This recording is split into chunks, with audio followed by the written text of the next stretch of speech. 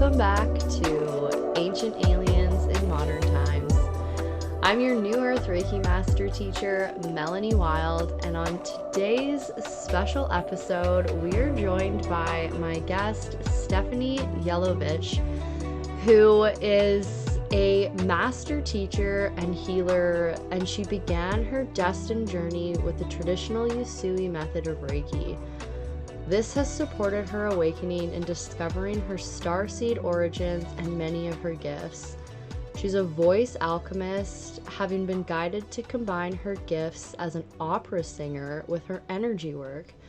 With deep Atlantean heritage, and after remembering this ancient knowledge and technology, part of her Earth mission is to teach others about the power of their own voices for healing and how this process can support spiritual evolution. One of her goals is to spread the gift of Reiki to as many new people as possible. Stephanie is currently completing her 1-year Reiki Master apprenticeship and is so honored to continue on the path of mastery again in this lifetime. Our conversation in the episode to proceed was unreal. I could just feel from the depths of my heart and soul how pure and genuine Stephanie really is. She's a true healer, and it was an honor to have her on this episode. And I really want to have her back because there's just so much her and I have in common that I could talk to her for hours and hours and hours. So in this episode, we get into the Essenes. We get into the transfer of wisdom and energy from the Atlantean age to present modern day through Egypt, or what was formerly known as Cam. We talk about the importance of dedication into your mastery and how Yeshua was one of our original divine healers through energy work. We talk about her history and upbringing in different religious settings. It's just a phenomenal conversation, and I'm so excited that you're here to listen. So if you're into all things energy work, which you probably are if you're here listening to this show, if you're into Atlantis, the Essenes, Yeshua, this is the episode for you. I hope you enjoy it. And if you have any feedback, thoughts, comments, please leave it in the comment box at the end of the episode or in the show notes. You can also find in the show notes how to contact Stephanie through her Instagram account, as well as she mentioned a book in this interview. So I'll put in the show notes how to access that book, as well as, if you enjoy the show, could you please give the podcast a 5-star review? This just helps the algorithm recognize that people are liking what they're hearing over here, and it pushes it out to more ears, which we greatly appreciate in this time of awakening and spreading the light here on Earth. And be sure to tune in to the second episode with Stephanie, where she offers you a absolutely beautiful healing treatment where she guides you into a temple space in ancient Atlantis. So that will be coming out on the next episode of Ancient Aliens in Modern Times. So once again, thank you for tuning in, and I hope you enjoy the show.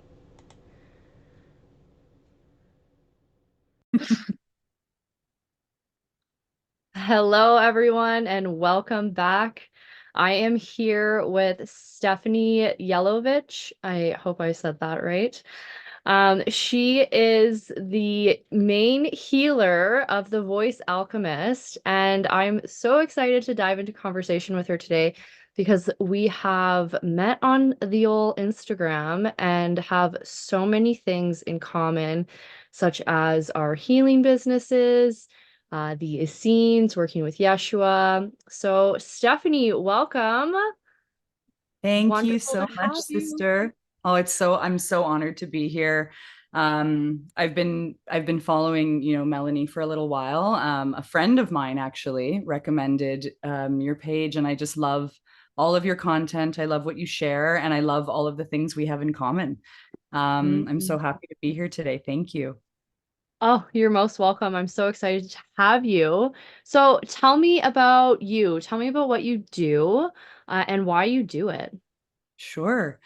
So the work that I mainly do, well, let's start with the title, The Voice Alchemist. So I started my journey with Usui Reiki, so traditional teachings of the Reiki that has been reintroduced to us. And I started to get the messages from my guides that I needed to start working with and bringing in sound into my healing. So I am actually an opera singer. I went to university for voice specifically, and I thought my early 30s would be in Europe singing opera somewhere. But I've been, and I still sing opera, but I've been led to combine energy work and my sound work together. And, what I feel is very unique about what I offer is that it's mainly using voice. And I really think it's important for people to know that we are the original instrument. Before the drum, before a flute, before something, right? We were the first beings making sound. And part of what I do is to support other healers and, well, really anyone who wants to learn how to use their voice as a healing instrument. And I'm also in the process of doing my 1 year Reiki Master's apprenticeship. So that is another kind of big, I'm going to say, earth mission or goal. And that's to teach everybody about Reiki and attune as many people as I can going forward. And I'm so honored to be continuing this journey with Reiki. And yeah, and that's why I really love that I get to talk to you today, because I think we have some things in common in how we work with energy.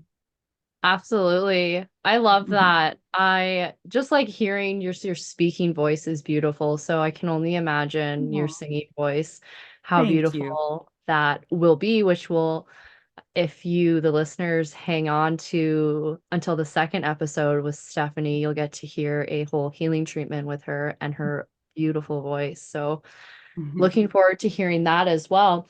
So, opera, that's like so Yes, cool. What a cool niche. And thank you. how did that evolve for you? Like what was the catalyst that, you went from a singing career into, Mm-hmm. what, this is actually meant to be healing. What was the Yeah. switch?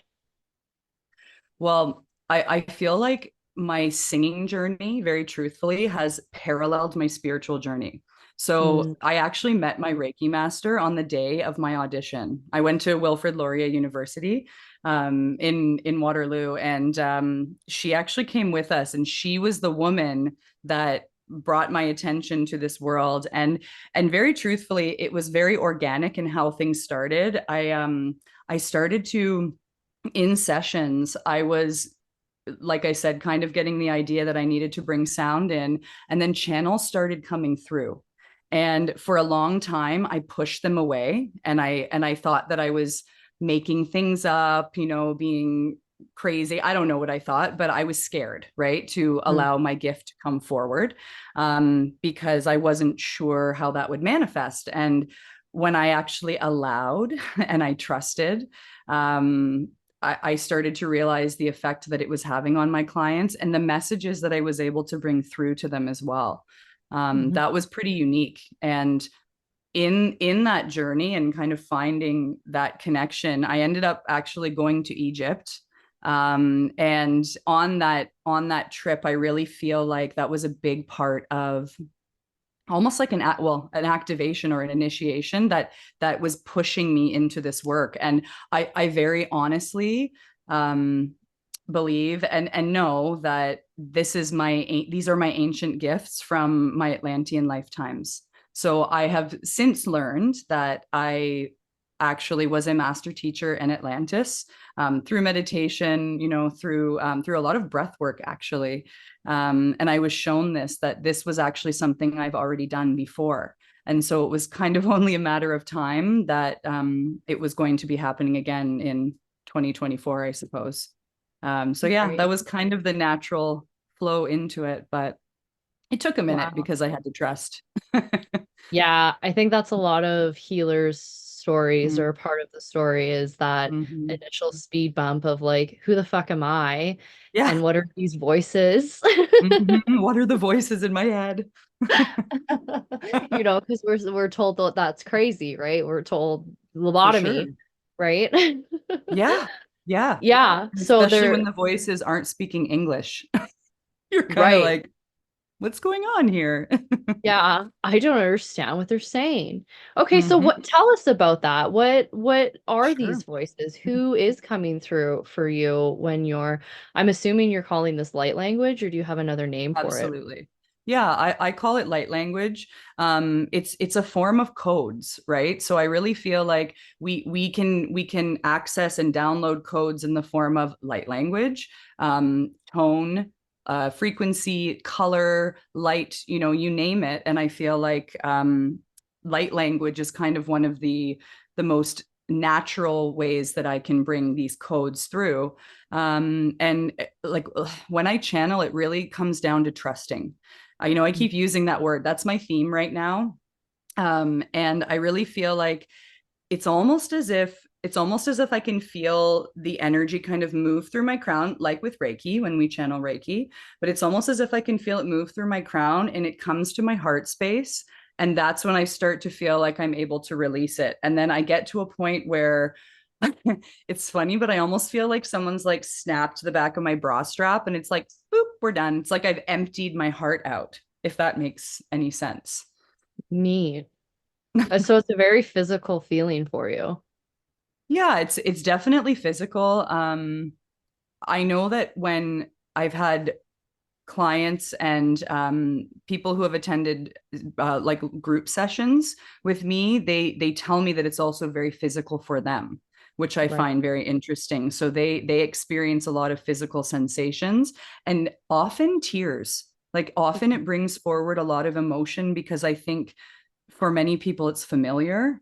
Mhm. It's helping them to remember. It's an activation, it's a clearing, it's a detox. Like obviously it will be unique to each person, right, that receives it.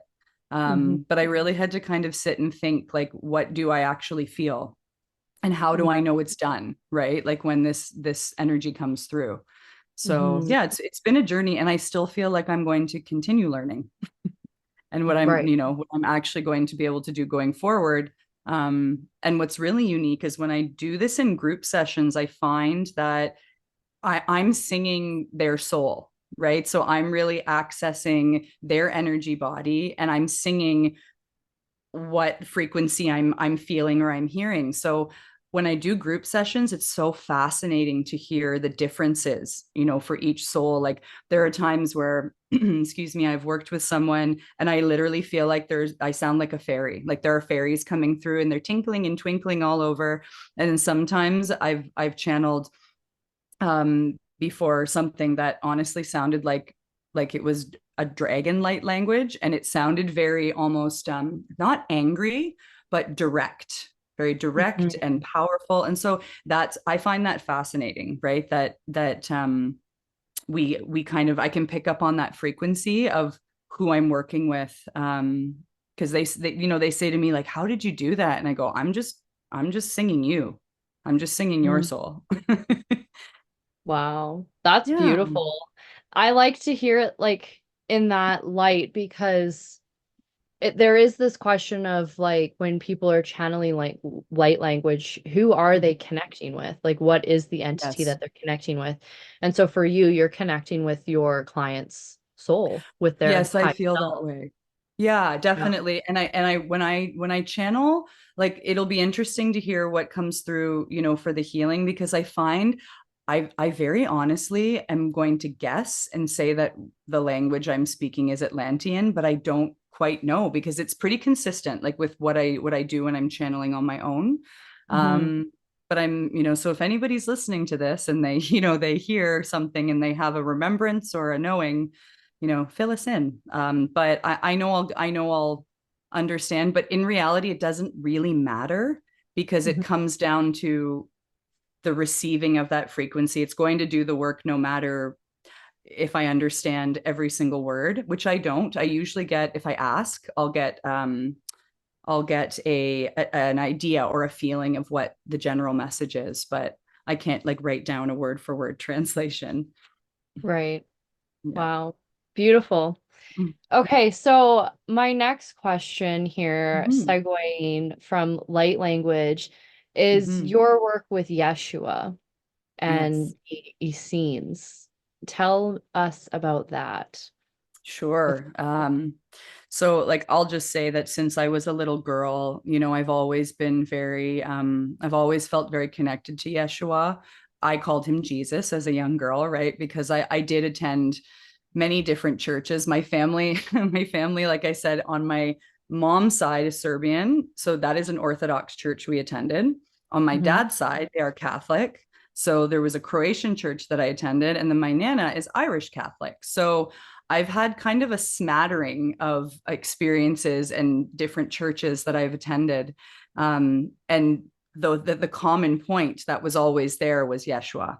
And for me, I almost felt like the words that I was speaking were just like, I just knew they weren't quite right for me. Like they weren't quite right. And I just feel like even as a little girl and as a child, I went, okay, but like, why is God a man? Or why are we saying God's a man? And why are we saying that like Jesus is the only, like, he's the only one, the Messiah, the only, like, I just kind of knew in my heart and soul that there was more information. And I felt like we were missing out on, like, what did Jesus do when he went to Egypt? What did he do when he went to India? We don't, like, maybe there are some details that have been shared, but what are the real details of what he was doing? So like I've recently read a book. I think you've read this book too. I've mentioned it to you before, called Anna, Grandmother of Jesus.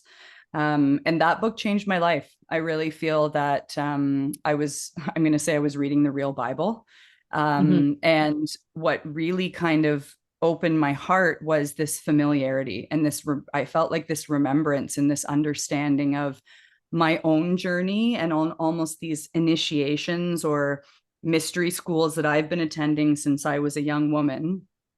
And then I read about his journey and the work that he was doing and how he learned, and really that we all have a responsibility to continue to seek, to continue to evolve, and become self-masters, just like he did. And so that's been very profound for me. And I think the most intense thing that I read in this book, and that kind of is connected to him and his journey, is his initiations in Egypt. My experience in Egypt was almost exactly the same. So Hmm. here I am reading this book, bawling on my living room couch, um, because like the pilgrimage that he took, and even the order of the journey that he took, starting south in Aswan, moving north or to lower Egypt to the pyramids where he completed his initiation, and where basically the Christ consciousness blueprint was like seeded into him and into this earth. This happened in the Great Pyramid, and I had the honor of experiencing a very similar ceremony when I was there. So I had this Hmm. kind of aha moment because I knew that my trip to Egypt was in December 2019. So this was Okay. right before the world shut down. Right. Um, I went with Stuart Pearce, who wrote the book The Angels of Atlantis. I really liked his work because he was doing voice alchemy and working with voice. There was this connection to Egypt. There was the Atlantean connection. There was the angel connection, and I was like, okay, I feel like there are others here picking up on what my soul is trying to teach me again or help me Hmm. remember. So so in understanding that I laid in the same sarcophagus that Yeshua laid in 2000 years ago, Mm-hmm. and I think that for me has deepened even further my connection to working with him. And like he appears, in sessions. My clients see him. I don't actually actively call him in all the time like you do, but you've inspired me to do that because I just feel like there are so many there's so much more to experience, grasp, and share in working with him. So thank you for Mm-hmm. listening to me blab and very excitedly about this, but this was pretty profound for me because I knew too that trip was a big life-changing thing for me, and I didn't quite know why. Right. So yeah, so I think that covers it. Your work with him. Yes. Very, very cool that you had grown up with the influence of three fairly strict Yes. Catholic roofs. Um, I would say all Yeah. Orthodox, Irish, and what was the third one? Um so there was Catholic twice on the one side, Orthodox, and then I actually attended and was confirmed in an Anglican church, which I call Okay. Catholic light. Forgive me if that's offensive to anybody, but it's very similar to Catholicism, but it's a little bit less intense, we'll just say. Anglican. I was Yeah. baptized Anglican as a baby. Not Okay. that. Yeah. And in the But that's States, just they so go you can with, get divorced, right? yeah. Well, the entire religion was created by King Henry VIII, who decided that he wanted to divorce his wife. So he made his own. That's right. Yeah. Right. That should tell you a lot. He was a stand-up guy. Stand-up Um, guy. no crimes So yes, committed there. Orthodox, Catholic, Anglican. Those were the three that I have Okay. So marinated in. very like heavy-handed churches, I would say, Mhm. Yep. very traditional. And then, so Yes. how does your family perceive you as this Atlantean wandering free soul now, coming from such tradition like that? Sure. That's a great question. If you're I haven't. comfortable sharing. Oh, absolutely. No, I'm happy to. I'm very lucky in that I have an amazing parent. My mom, so my dad did transition to the light when I was 7. I don't think I've ever said it that way except for on this podcast, but my dad did pass when I was 7. Yeah. So I didn't grow up with his physical influence, but wow, did I grow up and do I continue to have his energetic influence? My dad, I believe, was also a great healer, but I think in his lifetime, he didn't quite get to manifest that. Mhm. Um, my mom is an Atlantean soul. She is totally open minded. She is the most amazing lady. She has always had a strong faith, but open minded, like just totally. She was also the person that was introducing me to, holistic healing methods at a young age, but just trusting that there was a different way, just very open minded. So no issue there. But I will say, dad's side, pretty Catholic, pretty dedicated to their faith. I definitely have some very cool cousins who are open-minded, and also a little magical themselves, whether they want to admit it or not. And Mhm. yeah, then on mom's side, most of that family kind of says that I do Reiki. That's a direct quote. That's a direct image end quote. For the listeners, Facial she's expression. kind of moving her fingers, magic hands up in the above her Yes. crystal ball. Yes, with wide eyes. Yeah. So definitely some misunderstanding, of what I do, because many of them work in very, 9 to 5 jobs, some healthcare, but again, with a very different way of understanding medicine and healing. So there is definitely like, not, I don't want to say a divide, but there are different ways of thinking of these two things. I think I don't know if they accept it at this point. I don't really care. I Right. kind of got to the point where I just had to be me. So, Of course. but And my we all do, parents, like, right? absolutely, absolutely. So no, they're still loving people, but yeah, we're just a little different. That's all. And so the reason why I ask this is because Mm-hmm. with people who follow Jesus, Mm-hmm. is that they are very aware of his ability to heal through energy work. True. So, how do you describe the parallel between Reiki and Yeshua's healing hands? Mm. To be honest, when I started my Reiki training, I kind of gasped and went, oh, that's how Jesus healed. Like I actually just kind of assumed, because when I learned that the term meant Reiki, universal life force energy, well, what else would he be working with, right? Like to me, it was almost like a no-brainer that Jesus was doing this work. However, I do believe that no one will be healed unless they truly want to be healed, and that they have the faith to be healed, right? So Mm, I believe that, like, Yeshua gave us that blueprint, and he gave us the opportunity to match it or to not. And I think that in those early days, his followers and people that really trusted, they believed, and they mhm. wanted to believe. I think they wanted to have faith because they didn't have anyone who could show them before, right? And I truly believe too, and I've said this to people before, I hope this isn't offensive, but I don't think people would have listened if they sent Yeshua in a woman's body. There's no way. Oh, Like, I just no feel like, way. Not in that no, time. it had to be a man, Yeah. and that's beside the point. But I always think Yeah. of that, right? Yeah, I really feel like, again, it's the Christ consciousness, right? So like he's showing us we have the ability to be this as well. We have the ability to be healers. We have the ability to be self-healers. And he's showing us that, not wanting us to follow him like sheep, right? Hmm. I think he's asking us to lead like he leads. Hmm. There's a quote in the Bible I was just looking up here Mm-hmm. about how um, he said, "Take heart, daughter, your faith has healed you."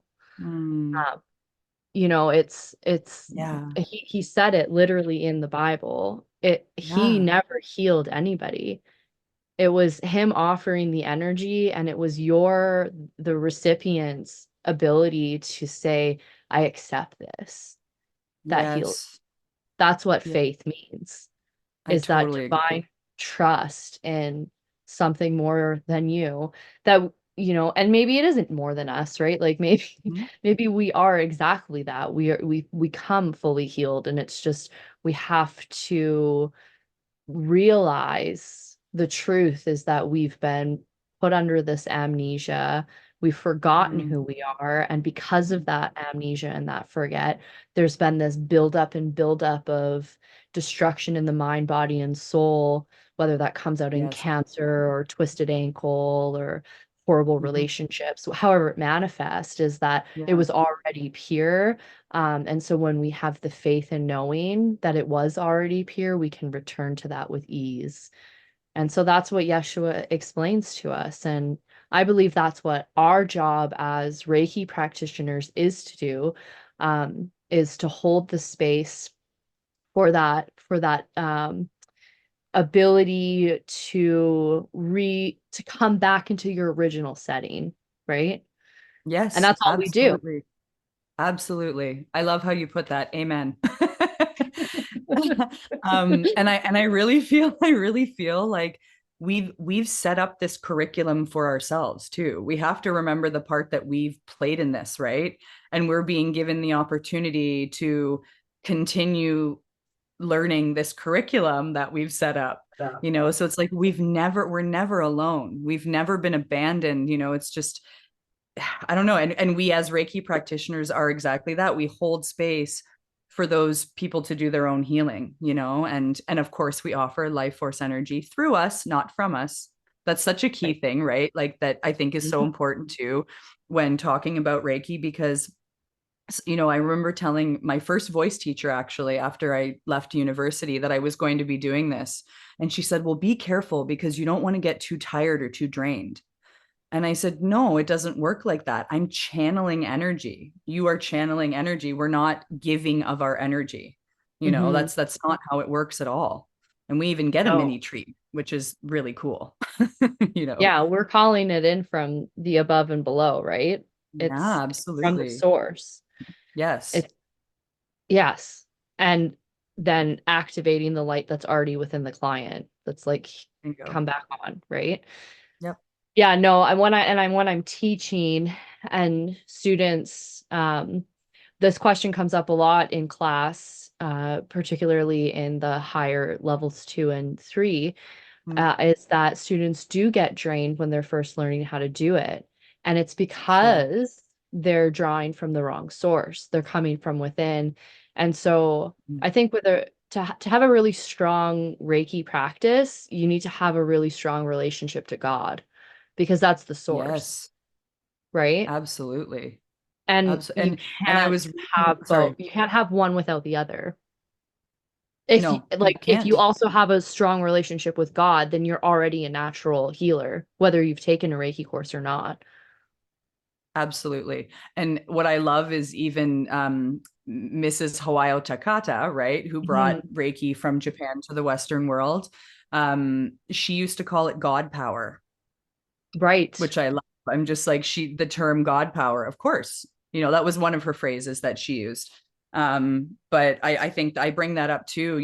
I was just part of auditing a level one that my master is teaching, and that was actually a conversation that came up, right? And just that connection and that faith, because there are people that are also born, like you said, with the natural ability to heal, and when they're attuned, the channel gets opened and it becomes even more powerful.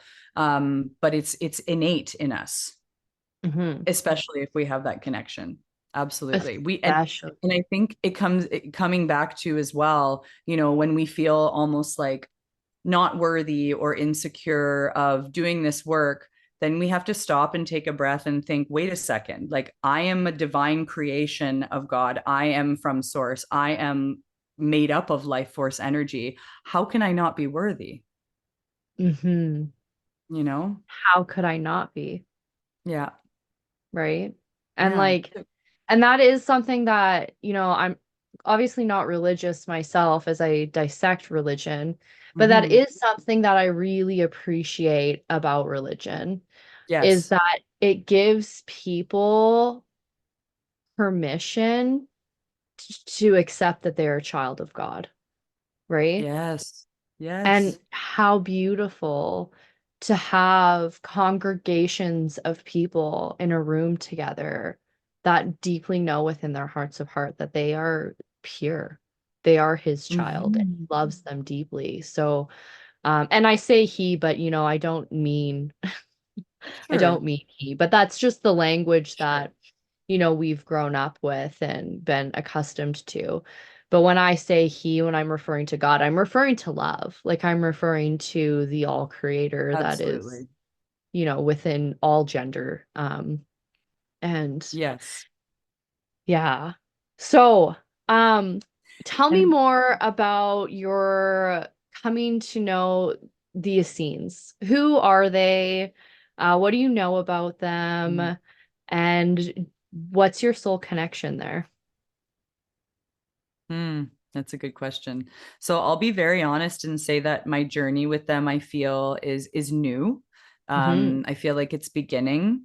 I feel kind of excited to delve into more of the reading of the scrolls, the Essene scrolls that have been discovered.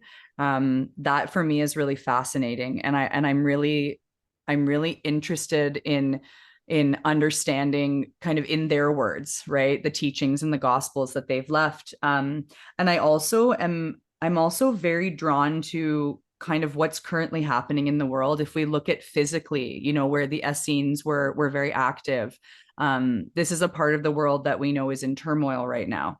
The Hmm. Holy Land is literally being attacked, and this isn't new, which is really sad. Like this was happening then, it's happening, it happened in between, and it's happening again.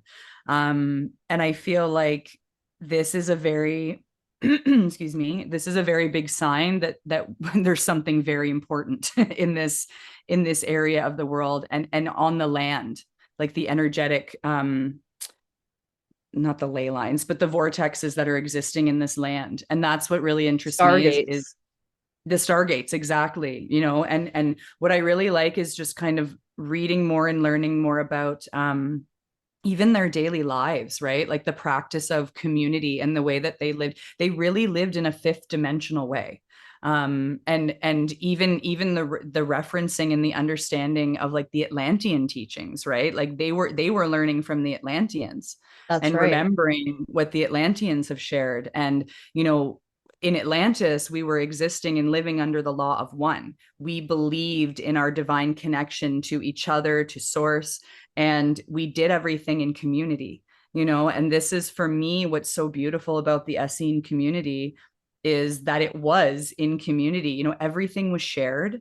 And I really love the idea of like literally this one big family, but that they were so, it was so important to them to work towards this consistent spiritual evolution so that they could stay in connection to the God source. And they knew what they were here to do and who they were here to Mhm. bring forward and to support. And like, to me, it was a very well organized operation, to say that in a very 3D way. It's like almost as though they're the bridge between the lost world of Atlantis and present modern day, the I have 2000 shivers. Wow, I have shivers years, all over my body. I felt that. that they were here to preserve that Yes. that wisdom, that knowledge. I got goosebumps too. Yeah, Wild. I'm like shivering right now. Woo. Yeah, and so okay, so there's like so many angles I want to go right now. I want to go to like your wealth and wisdom of knowledge with Atlantean time, Sure. as well as like this book, the grandmother of Jesus, Hmm. Anna. Anna, the grandmother of Jesus, that's how it Yeah. goes that way. And what you learned in that, because I've read that book as well a couple times and also completely Yeah. moved to tears Yeah. at how it is the true Bible. It is his true message that was Yeah. recorded, and without all of the dogma and Sure. Sure. control. And also the other angle, I'm like ADDing right now so hard. Is Okay. the Stargates and the physical turmoil that happens in those lands and has been Ooh. happening for over 2000 years. Because I do agree with you. I believe that there's something energetically more significant than what the scripture tells us. Like it's not just Yes. God's holy land and God's holy people. Like that's not that's there's more depth here as to why they want constant destruction so that we can't rebuild what's supposed to actually be there For and sure. tap into that frequency. And I don't know if you know or have any insight as to what that might be, but I've had a feeling for a long time now that there's something bigger going on here as far as Mm-hmm. energy and less scripture that's been left out. There's a truth there. Yeah. So why don't we start with Atlantis, as this is Sure. more your expertise, and Sure. what your mission on Atlantis was and why it is that you're back here on Earth Okay. replaying. Is replaying the right word? Um, That's actually a good word. That is a good continuing. word. Is it okay? Continuing is a good word too. Yep. Yep. Yeah, what your mission was then and the transfer to now. Absolutely. Yeah. So I feel like with my Atlantean remembering, I'll say, it's also very connected to Egypt because part of my mission. So I'll go back to just briefly describing what I did in Atlantis. So I know I lived many lives, or I lived a very long, long life. So when I was a master teacher there, I specifically taught voice alchemy. So I was teaching um, people how to use their voices because essentially what it becomes before it becomes an outward healing instrument, it's an internal technology. So, if we're looking at like the different types of technology we have access to, right? Like a phone is an external piece of technology. Mm-hmm. Our voice alchemy is an internal piece of technology because it's using obviously the physical body internally, but it's also being used as a self-healing tool. So it's almost like our voice boxes are self-massagers. So we're using this this bone shield, honestly, that surrounds the cords, because bones are conductors, right? So as soon as you bring vibration into a bone, because we know there's those little porous holes, right, inside of a bone, it moves sound immediately through the body, like almost instantly. So I was teaching students to use their voices for self-healing, but I also taught students how to work with sound in group. So when a prospective, I don't want to say client because that's such a 3D term, but when a prospective person came to have a healing, they would lay, in the center of a circle of priests and priestesses, and frequencies and tones would be sung to that person in the center of the circle. Of course, energy work was being done, but it, like, picture this, imagine this beautiful white temple with a hole through the center so that energy could flow in and out. There were either 5 or 6 priests and priestesses surrounding the person to be healed, sometimes standing in a geometric formation. So sometimes it was a star, sometimes it was a pyramid, sometimes it was a square. It was all intention. So it depended on what the person was there to heal. For instance, if they were there for, like, there was something going on in the mind, I would choose a square because it's the stability and the idea of mental mastery, right? But I digress. So this was a very common way of healing, and you would be able to say to your friend, I don't think I'm seeing, that your heart chakra is totally in balance. Maybe you want to visit the healing temple. And because you would love your neighbor and be in community, you would listen and you would go and receive that healing. And I don't believe these healings needed to last hours and hours. I think that they were probably an hour, because of, if you had all that frequency coming at you, it would Mm-hmm. happen. And I think it would shift quite quickly. So this is like just kind of one of the main things that I did. But when Atlantis fell, I know that I actually was saved. I was rescued. I had a whale that was a guide of mine, and a friend, and I was taken to Egypt, to Kem at the time, or it would have been called Kemet. Yeah. And I was taken there, and I believe that it was my job to continue rebuilding and teaching these things from my Atlantean times in Egypt. The goal was to rebuild there, but Right. we got off a little bit, and like it didn't quite end up becoming what we thought. However, we did use modalities and healing abilities that we did use in Atlantis, and those are found in the ancient Egyptian teachings. There's even a wall in the temple of Edfu, which is Horus's temple. We were not shown this wall because they don't show it to tourists and talk about it, because I believe it's truth. We know it's truth. There's a whole wall that explains us leaving Atlantis, and it shows Wow. them on the boats exiting. It's carved into the walls. Like, you can't deny it was there, right? Right.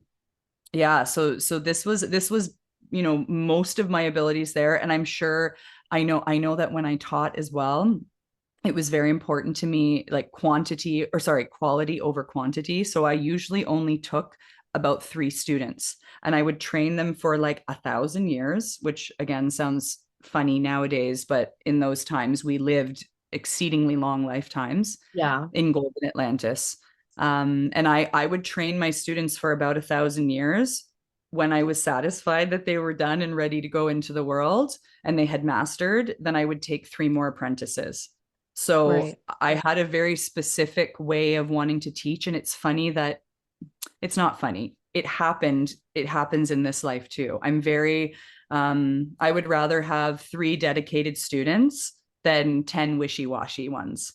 Right. I really want to support my students to be the best healers that they can be. So I think I've carried that into this life. Yeah, and you're currently doing a 12-month long mastery in your Usui Reiki, which I just am. doesn't happen anymore. It's true. And that's again the Essene connection. Like I feel like my soul doesn't feel that it's supposed to rush. My soul is Mm. not telling me go, like go do the 1 day Reiki course and become a master. That just does not feel right to me. Right. So yeah, so I've decided to, in my lineage, and my master, she was trained this way. And my master that taught me level 1 and level 2 as well, was trained this way. And I feel like there's so much to know that it's surprising that there are people who do learn it in 1 day, or a version of it in 1 day. And And that's yeah, just it, is a version. a version of it, because I don't believe that that's enough time. It's a great responsibility doing what we're doing as masters, right? Um, to not only are we attuning, new students, but to be able to just even advise your students as they go through their journey. How can you do that if you haven't had time working with the energy, working with many different students, clients? And there's so much to teach, right? You have so much that you have to learn yourself, that you have to pass on. So it just never felt right for me to rush. Like I really felt like I like the tradition of the apprenticeship. I really, really Yes. like it. I like, the master, seeing kind of that, like, always having that image of that like elderly man with the staff, and his young his young student beside him, Protege. or her, his young Yeah. protege. Yeah. So I don't know. It felt right, and it feels ancient, but it feels right. Yeah. And the Essenes, it was a 7 year. Um, Wow. yeah, so if you weren't born into the Essene community and you wanted to come into the Essene community, you had to live 3 years on the outskirts of the village, Okay. and prove yourself worthy that you were committed for 3 years. And then upon the 3 years, then you were then permitted to move inside the community. Wow. And then it would take you 4 years from within to actually be able to be considered an Essene. So Wow. they That also makes sense had, to me.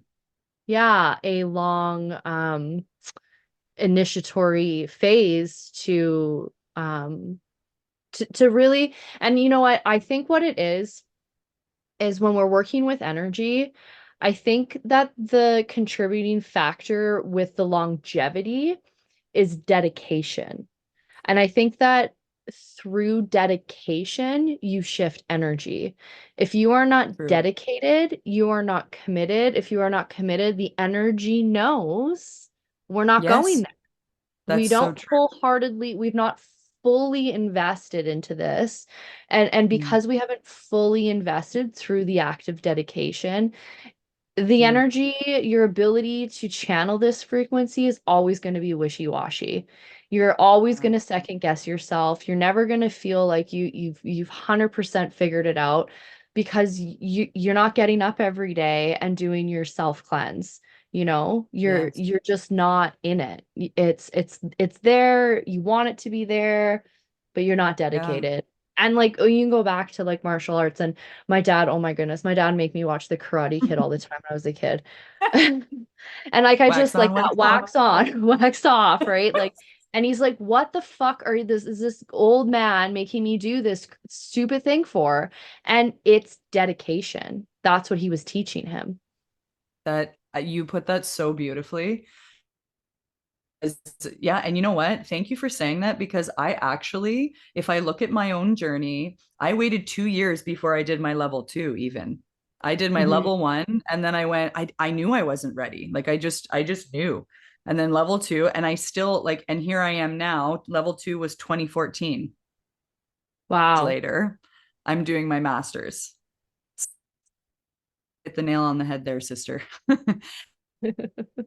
And I mean, my programs are 4 weeks, so they're not Right? 12 months by any means. But I do think that having the level one, two, and three over 4 weeks, I'm hoping this is recording okay. Sorry, I got a internet glitch there. Um, but yeah, even just over the Yeah, four mine had a weeks, moment. just being able to witness the confidence that builds in my students, you know? And it's if they Yes. had only had one day, there would have been no opportunity to build confidence. Yeah. And how does that energy have time to integrate too? Right? Like as you're doing your attunements, like it's like you're having it's almost like you're having a detox. You're going through an energetic detox and your body needs time to release what does not belong anymore. It needs time to integrate this new, energy that's moving through you. Hmm. And so in like I said, Egypt was 2019. I feel like I just finished the integration and it's years later, right? So Hmm. that for me is huge too.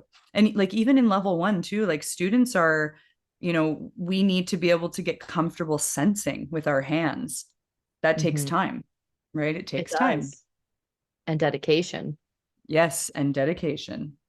Yeah. And That's and beautiful. so keeping it moving here with Mm-hmm. Atlantis now, um, so you were a healer and a teacher and Mm-hmm. teaching people how to host these healing sessions, ceremonies. Um, in these temple spaces. And then so you traveled across the sea to rebuild in Egypt or Kem at the time.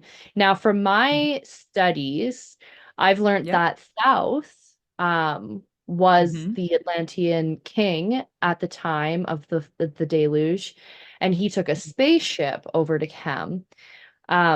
And so I'm just wondering your knowledge on South and his influence in the Mm-hmm. rebuild in Egypt and what was the intention? And maybe another question here is what went wrong in the rebuild?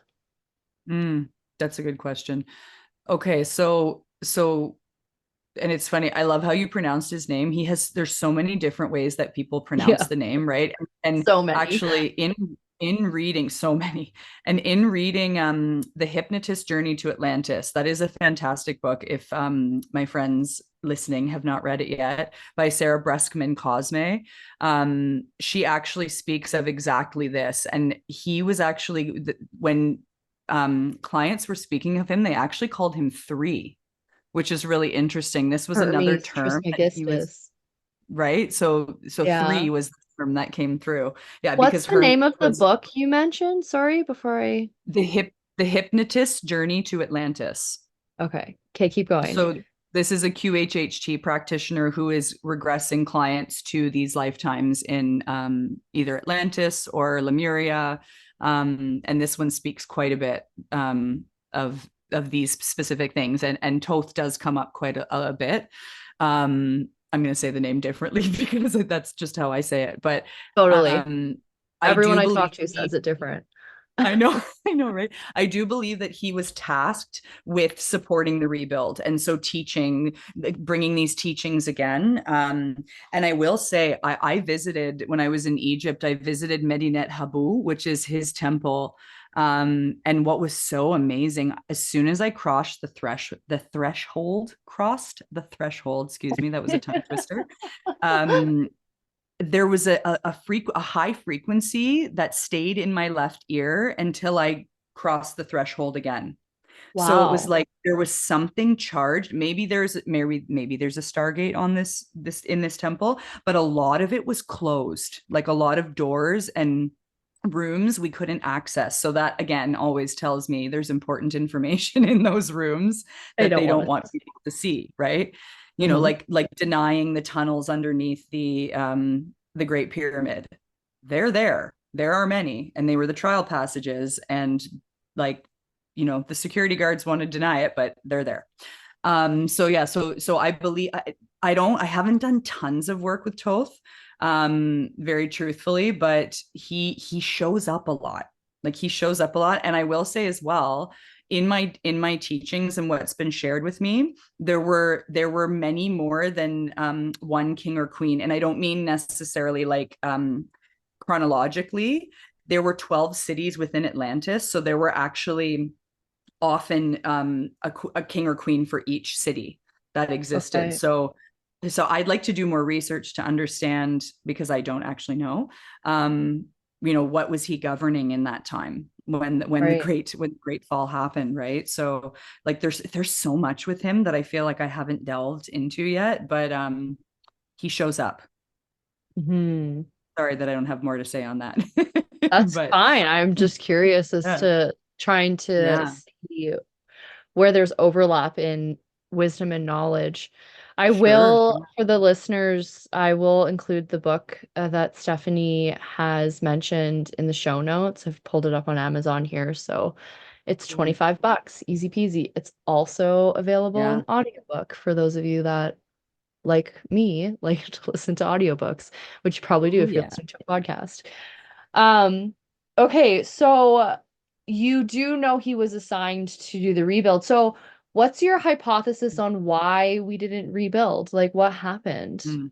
to I Cam? think so. I think there were many things. I think that as time went on, so like let's look at King Tutankhamun for instance. So this is King Tut, as many people say him. To preserve the bloodline and to keep the purity of the Atlantean bloodline, they thought they were supposed to stay with one another. So that's where the inbreeding started. So that's one aspect. So like King Tut, I don't remember the family tree, but like his mom, like they're all related. Like there was inbreeding happening, and he actually had physical defects that happened from that particular case or that particular cause. So I feel that there was that started to happen where actual physical mutations were happening. She actually speaks about him in the book, and specifically his soul. He didn't really, poor guy, I don't think he really wanted to be king. I think he just wanted to have a simple life. Another side note, I was totally there when he was king. When I went to his tomb, I literally was told to get on my knees and bow to your king, and I was Wow. very, very emotional. Yeah, that was a very interesting experience. But I think there was also many of the rulers that ended up becoming pharaoh. I think like they got off. I think sometimes greed, power took over. It was also when the priests started to come in. So everything used to be very equal in that we had priests and priestesses, right? The Essenes, there were husbands and wives. The apostles also had wives, but we don't talk about those. We just talk about the apostles, right? Mhm. Um, so it's when we started to kind of go towards this like patriarchal way of living.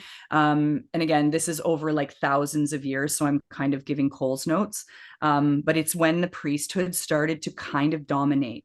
And so then we started to get like, the patriarchy started taking over. It became more about who owned the land. It became more about who had more.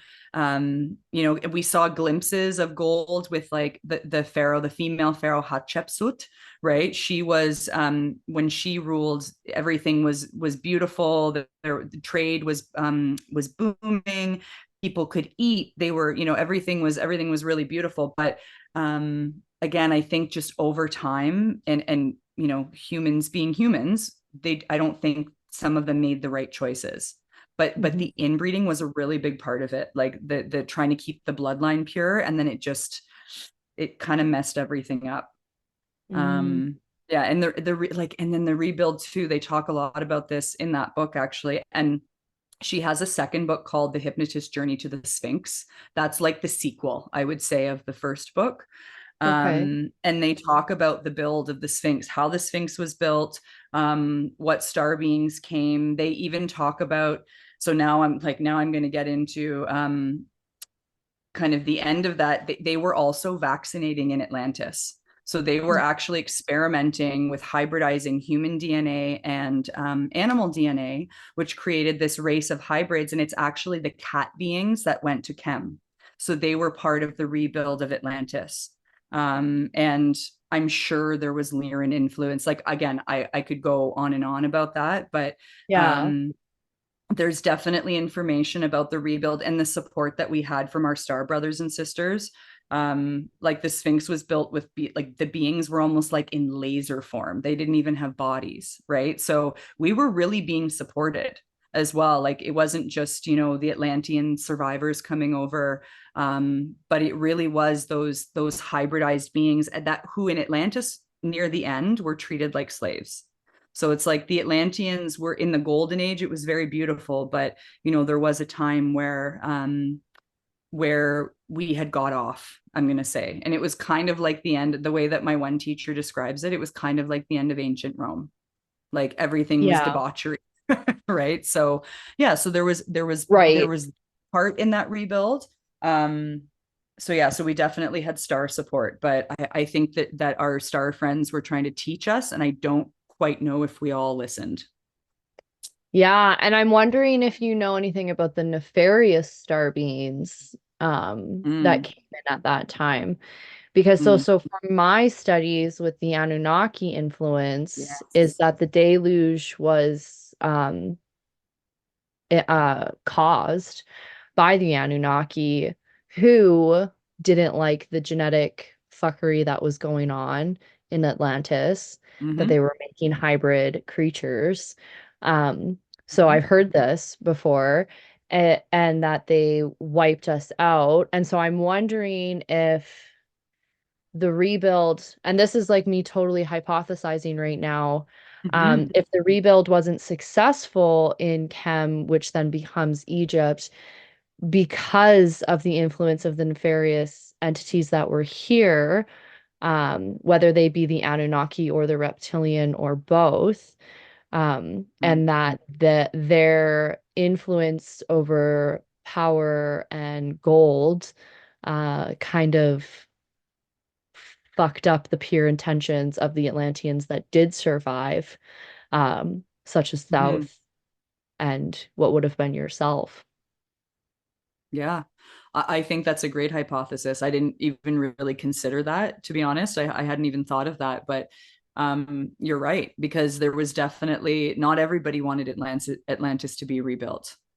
They wanted, I think there was definitely, and again, because if we look at that situation, we've been reliving it over and over and over and over again. So it's like we have to make a different choice this time, and we are. Yeah. I believe we And are. here we are at the end Um, of that same cycle. exactly. But yeah, I think there was definite, because even like when Atlantis fell too, like there were those that did not want the law of one, is that all knowledge is accessible to everybody.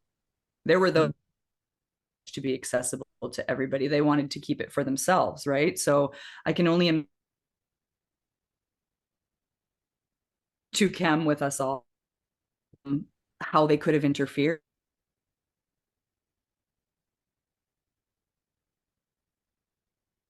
Oh my goodness, my internet. I don't know if it's my end, it's glitching. You were frozen for a second, but yeah, you're back, I You're think. back. Okay, good. I have a strong signal. I Yeah, do. I'm, I don't know, I weird. don't know. Someone doesn't want us talking about this. Ah, good point. Yeah. That's a very good point. Okay, well, I guess we're not Um, talking about it. No. somebody doesn't want us talking about this because everything was peachy up until the point of the nefarious So influences. we know we're on to something, Yes, we do know we're onto something. It's always a good sign when things start getting a little fuckery on us. So, okay, right? I love this conversation. I knew we were going to be able to chat for hours and hours. It's been an hour, so let's um let's end our like chat here with Mhm. what you what do you see for our future? Mm. Wow, that's a big question. Um, to be honest, I see a continuation of the Great Awakening. I see that all of this stuff that looks nefarious to us and this stuff that looks like, end of the world type stuff. I actually think this is a big part of supporting people to wake up. And I really do see I do see an acceleration in awakening from people around me. I think we have work to do as well. Um, but I think we're going to make the right choice this time. And I think we are going to I don't know. I think we've learned. And I think there are so many of us at this point that are kind of shouting it from the rooftops. And that's also part of my job, is to help people unlock this throat so that they can speak their truth and the truth. So I don't know. I see Archangel Michael coming through with his big old sword of truth and just slicing through all the stuff that's stopping us from sharing it. I really do have hope. I have a good feeling in my heart. I don't believe I came here to do this work and leave early. So, Mm, on that note, let's continue doing that. beautiful. Well, thank you for your wisdom, for your light, for gracing the podcast with your presence today. And on the next episode, you are going to share with the listeners a healing session. So, do you want to Mhm. describe what that may be like before we say goodbye to keep them hooked for next episode? Sure. A little teaser. A little teaser. So yeah, so I would love to take you on a journey. I would like to take you to an initiation in the Great Pyramid. What I will be doing throughout this journey, I'd like to take you all kind of on a little bit of a meditative journey. And at moments, I'm going to share channeled sound, and the entire time we'll be channeling and sharing Reiki energy. So if you'd like to come on this journey with us, please do. Beautiful. That sounds absolutely incredible. I'm so excited to come. Thank you so much, Stephanie. It was such an honor to have you. And in the show notes, I will include how the lovely listeners can get into contact with you so they can work with you and learn from you and connect with you in this lifetime. So thank you for being here. It was a pleasure. My honor. Thank you so much, Melanie.